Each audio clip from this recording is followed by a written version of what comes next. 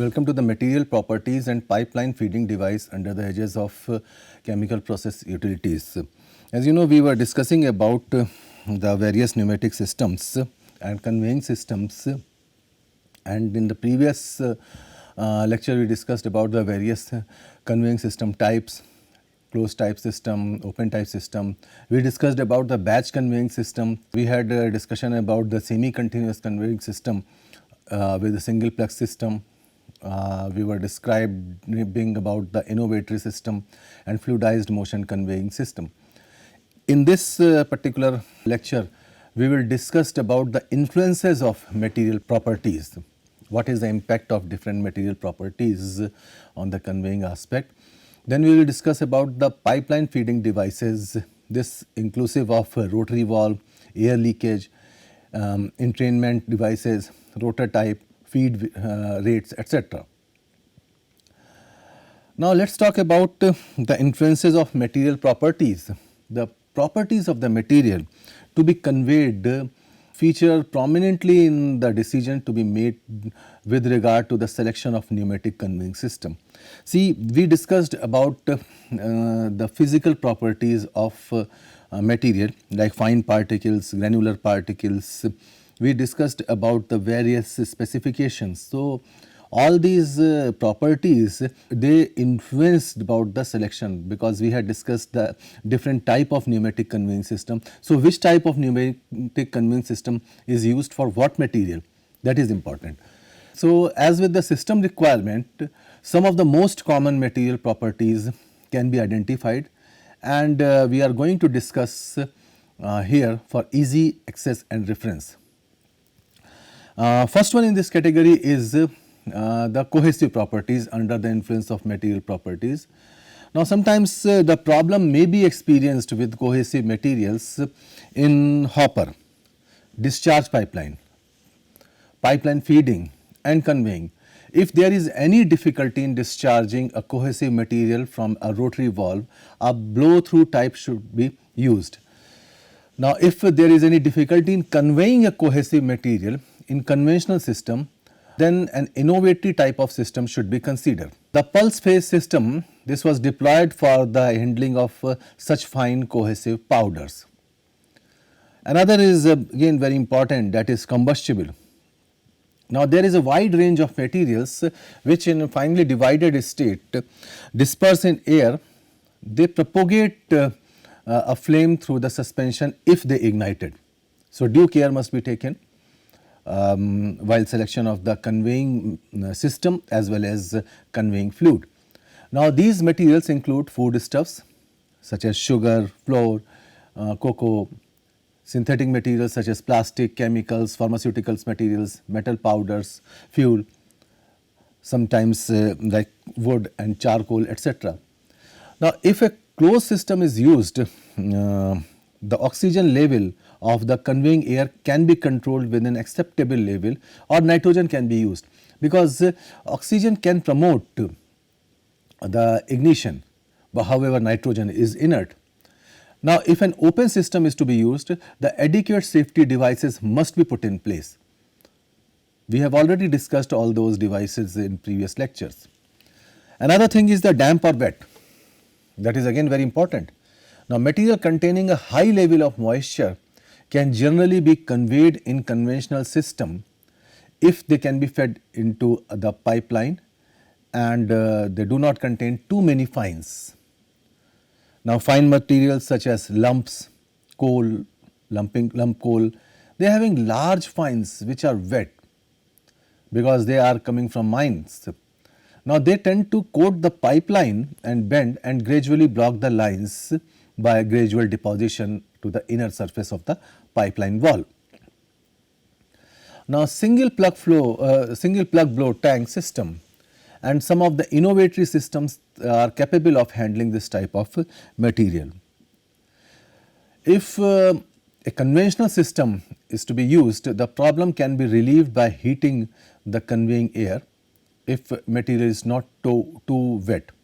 So, we can overcome such kind of moisture within the material. Another thing is that electrostatic. If the build up of electrostatic charge. Sometimes due to friction, the electrostatic charge may build up over the period of time, and this is very problematic when the conveying material or air, this can be humidified. Now, this process can be carried out online and does not usually require a closed system. The entire system and piping network should be earthed while handling such kind of material. Another very important point is attributed to the erosiveness.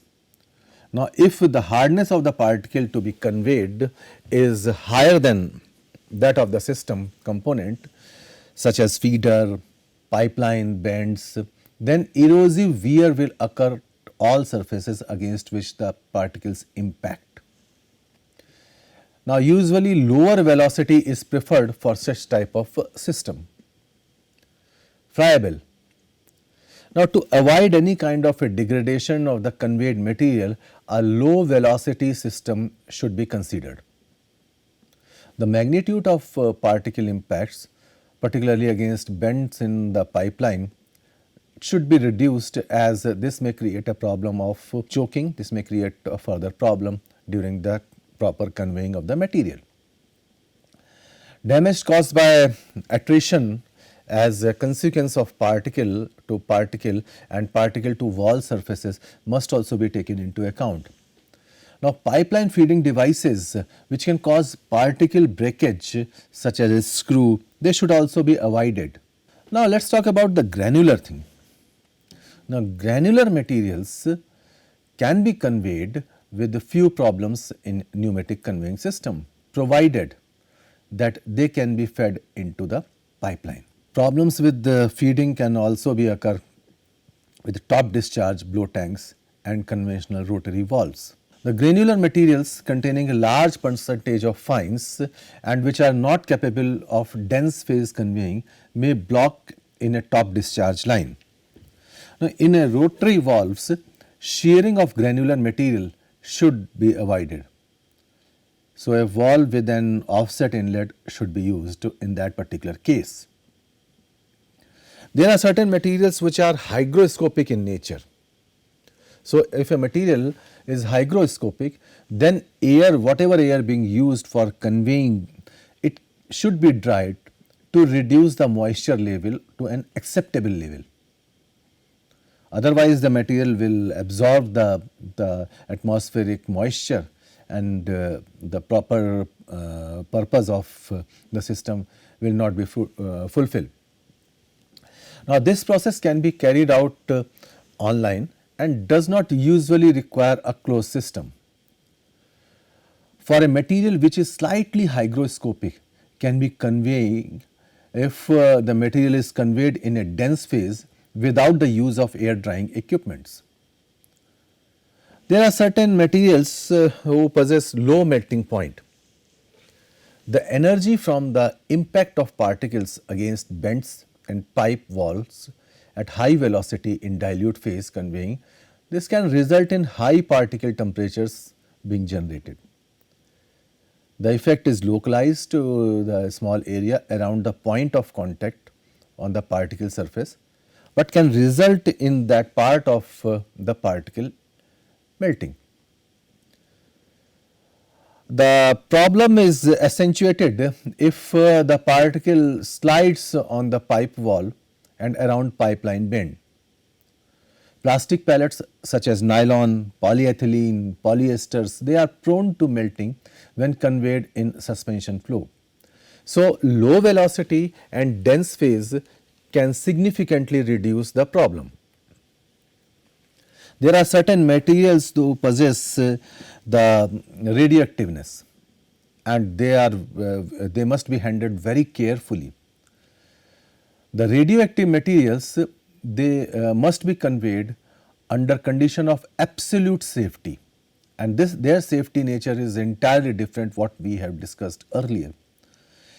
So, it would be essential to employ a closed system so that strict control of the conveying environment can be maintained, and you may have proper control to the system, because any kind of leakage may be very dangerous to the environment as well as the person, those who are working around.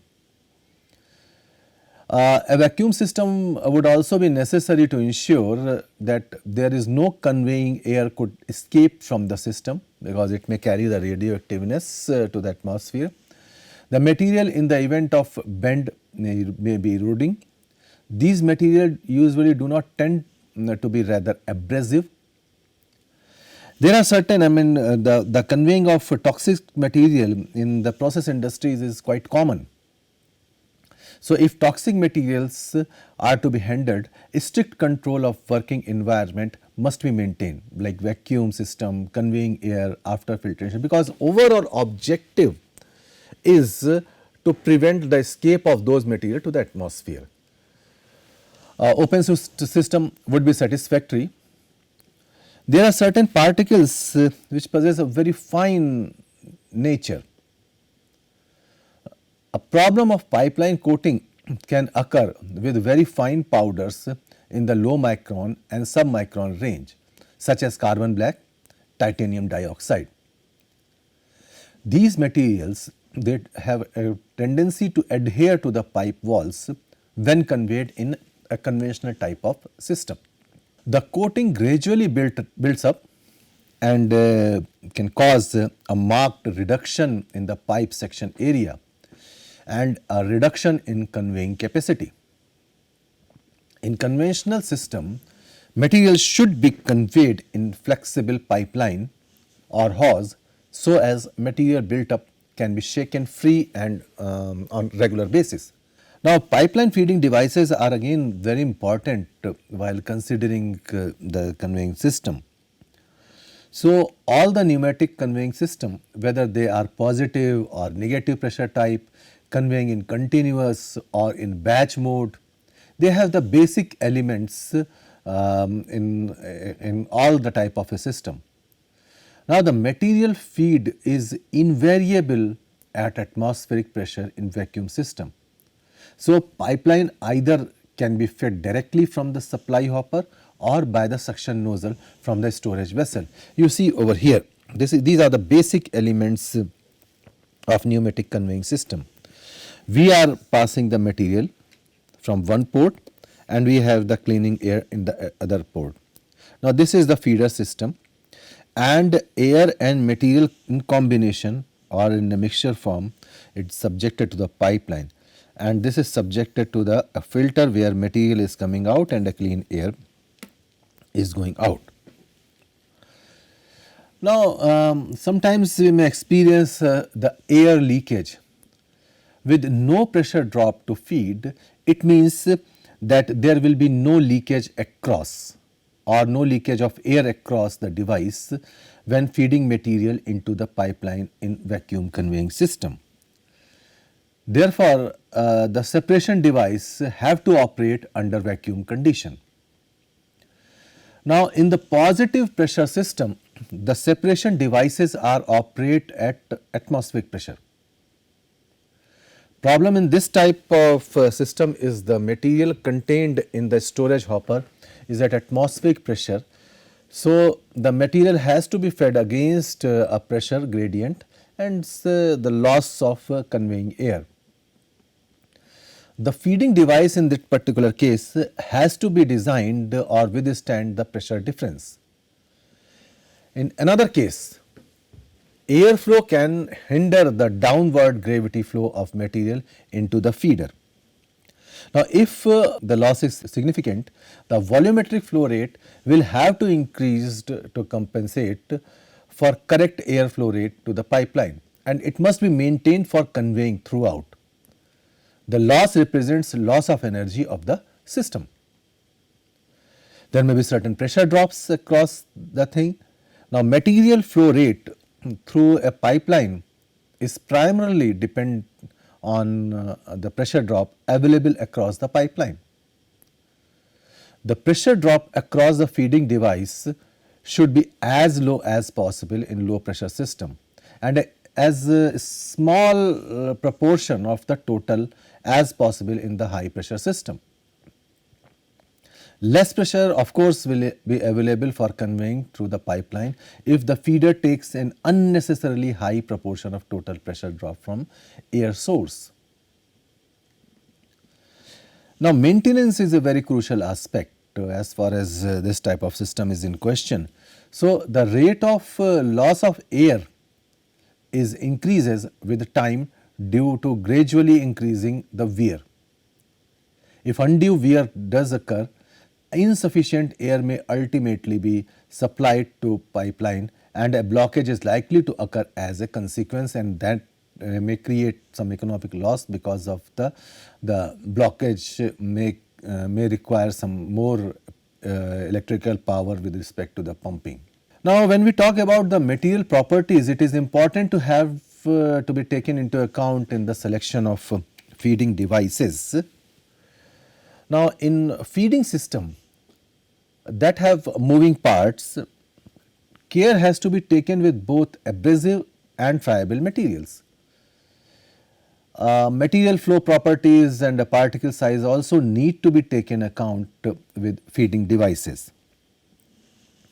particularly in two extreme cases such as larger particle size and pellets, very fine and powdered material. Now, let us talk about the devices for feeding. Many devices had been developed in past for feeding in pipeline, such as suction nozzles for vacuum system, and others are rotary valves, screws, gate valves used in the vacuum and the positive pressure system. Now, the approximate operating pressure ranges for various pipeline feeding devices are shown here. Now, here you see this is the system pressure. Now, blow tank, venturi, screw, rotary valves, gate valves, suction nozzles, trickle valves, these are some of the feeding devices. And you see that here we are having negative pressure and a high pressure. So, as per the requirement, you can use different type of feeding devices and you can indicate the pressure range or system pressure in pound force per inch square gauge. Now, let us have a look about the blow tanks. Now, it is used in high pressure system where material fed into the system should have to be maintained at high pressure. These are generally used for batches, although they can be adapted for continuous system. The time average mean flow rate for the batch type system is lower than the equivalent continuous system. As there are not moving part exist in the blow tank, so it is often used in low pressure application. Let us talk about the vacuum conveying. There is no scale in the figure discussed earlier for negative pressure conveying system. As a vacuum conveying system, material is normally fed into the pipeline at atmospheric pressure. The feeding device are choked due to negative pressure, but the order of magnitude is generally very low. Rotary valves. It is the most commonly used device in the feeding material into the pipeline. In this, blade rotor is working in fixed housing. Its primary function is an air lock, therefore hence referred as rotary air lock and suitable for free flowing materials. The basic type of valve suitable for free flowing material is so known as drop through valve. Now, again we introduce the word drop through valve, then it is responsibility to have a word about the drop through valve. The material from the supply hopper continuously fill the rotor pockets at the inlet part situated above the rotor. Now, then it is transferred by motor driven rotor to the outlet where it is discharged and entrained into the conveying line. Valve wear. The rotary valve are more suitable for abrasive materials. Now, there is a case when they are used to feed materials into positive conveying system. By virtue of the pressure difference across the valve and the need to maintain a rotor tip clearance, air will be leaked across the valve. wear therefore will not only occur by conventional abrasive mechanism, but by erosive wear also. Now here you see the drop through rotary valve, material is being fed over here and this subjected to the rotary motion, and it is the drop, and with the help of this rotor the rotary motion is carried out, and you see that this is the sketch of this drop through rotary valve. Here we are having this drive shaft and this is the material inlet port and this is the material outlet port, and it is moving just like in this direction. Let us talk about the blow through valve. Now this is another type of a feeder, that is the blow through valve. With the blow through valve for conveying air passage through and purges the discharging pocket such that the material entrainment into the conveying pipeline. This actually takes place in the valve itself. Blow through valve would not be recommended for the feeding of any kind of abrasive material. This is a very turbulent region and the rotor blades and the rotor housing near the point of entry to the pipeline would be prone to very severe wear. Sometimes 8-bladed rotor rotating at a typical speed of say 20 rpm or revolutions per minute, time span of only 0.375 seconds usually is available for the material to be discharged from each pocket. Now it was stated earlier that dilute phase conveying system, the air would traverse a 400 feet long pipeline in about 6 seconds. So offset inlet and outlet for the material are applicable where shearing of the material should be avoided and used for pelletized material. Now let us talk about the offset valve. The offset valve is a type of rotary valve used in application where shearing of the material should be avoided. Now they employ a side inlet with adjustable flow control so that the angle of flow of material does not permit it to fill the rotor pocket. Now as the rotor rotates towards the housing, the material flow into the toe of the rotor and so prevents shearing, which represented in the figure. Now this type of valve is widely used for feeding pelletized material. Now here you can see the figure which we were referring about. The rotor movement is just like this, and this is the typical anatomy of the subsection of this rotary valve. Now this is the offset and this is the blow through. Now air leakage in the rotary valve, it's you can say the phenomena need to be addressed. Now it is unavoidable characteristics of rotary valve. In positive conveying system, there is a leakage of air across the valve via returning empty pocket and various rotor blade clearances. Now when we talk about the loss, then the magnitude of the loss, it depends on what is the pressure difference across the valve. It depends on the valve size, the rotor tip clearance, the nature of the material being handled and the resistance to air flow by head of the material over the valve. Now if air leakage across the valve is not taken into consideration, or if the anticipated leakage is incorrect for some reason, it can have a marked effect on the performance of the conveying line.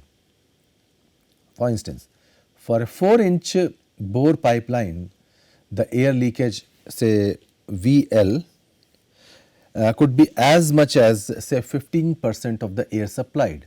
For plastic pallet, it will be higher due to little resistance offered to air flow.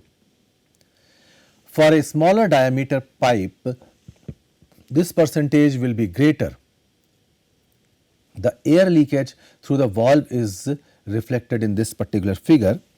Now here you see we are feeding the material and material is coming out from Here, this is subjected to the rotor and housing as depicted previously. With the help of a blower, you are supplying the air to the system. Now, if we consider the leakage of air, that is VL, so VC minus is equal to VS minus VL, and where VC is the conveying air. Now, sometimes we look into the entrainment devices. Now, due to pulsating nature of material flow at outlet from the valve with the individual pocket of material discharged from the rotor and the change in the direction of the material flow, the region beneath rotary valve is turbulent. Now, to reduce this turbulency or to reduce the turbulence level and their subsequent energy loss, the entrainment devices are often used under the rotary valve. Common such type of device is dropout box, and another configuration is the Venturi entrainment section. Here, the cross-sectional area of the air supply pipeline is reduced by means of a convergent section immediately prior to the rotary valve.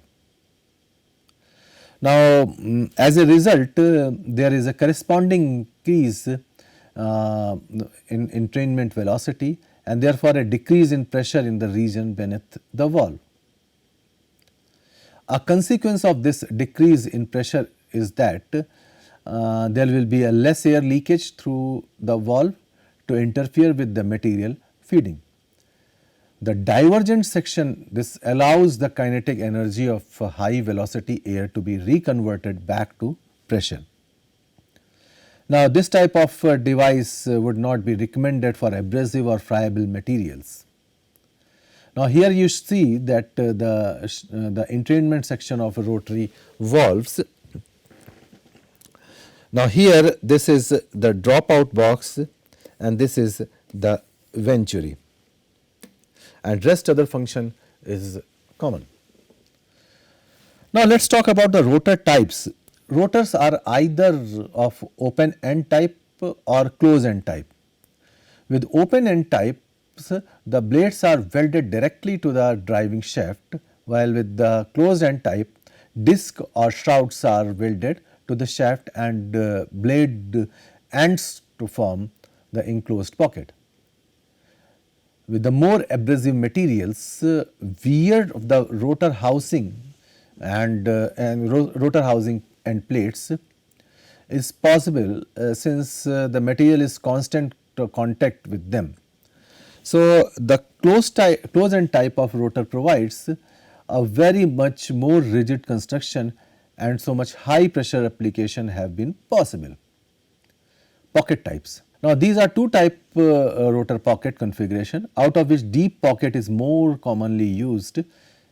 Now, this is most suited to handling of free flowing materials. Now, second is the shallow pocket rotor, which has reduced volumetric capacity and used for more cohesive type of material that stick in the deep pockets. Now, blade tips are also employed as you can see in this particular figure. They are made up of spark proof, flexible or abrasion resistance materials.